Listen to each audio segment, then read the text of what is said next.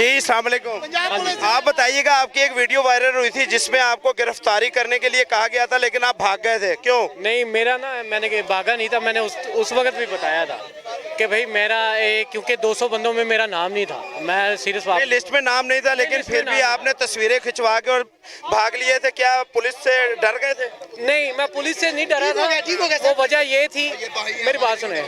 नहीं, मैं पुलिस से डरा नहीं था, लेकिन बात ये है कि मेरा 200 बंदों में नाम नहीं था। सही तरह और दूसरी बात के लोगों को तक आपकी बात पहुंच सके। ठीक हो गया। मैं लोगों को ये बताना चाहता हूँ कि भाई वो बात ये थी कि लोगों ने ना गलत फहमी की वजह से लोगों ने बताया कि ना इसने गिरफ्तारी से डर के वहाँ पे मैं इसलिए मौजूद था कि मीडिया वाले बोल रहे थे कि वैन के पास कोई पीटीआई का बंदा नहीं है और पुलिस खड़ी है और सब पीटीआई के वर्कर जितने भी है सारे ना पुलिस को देख के भाग गए हैं। इसलिए हमारी मजबूरी, हमारी क़यादत की तरफ से हमें बताया गया था कि आपने गाड़ी के पास ही रहना है, ताकि आपने मीडिया वालों को बताना है कि भाई पीटीआई के कारकुन डरने वाले नहीं है, वो उधर इसलिए मौजूद थे। क्या नाम था आपका? मोहम्मद फैजान साहब की जो वीडियो वायरल हुई थी कि जो एक कंटेनर खड़ा हुआ था, पुलिस की कैबिन खड़ी हुई थी और पुलिस की गाड़ी थी, लेकिन कारकुनों के कहने के बावजूद ये वहाँ से चले गए और अपनी गिरफ्तारी पेश नहीं की। तो उसके ऊपर जो है फरहान साहब ने मौक़िफ़ दिया है कि हमारी क़यादत के जो हम मुंतज़िर होते हैं उनके हुक्म के मुताबिक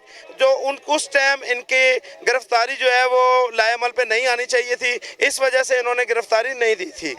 जी शुक्रिया। शुक्रिया।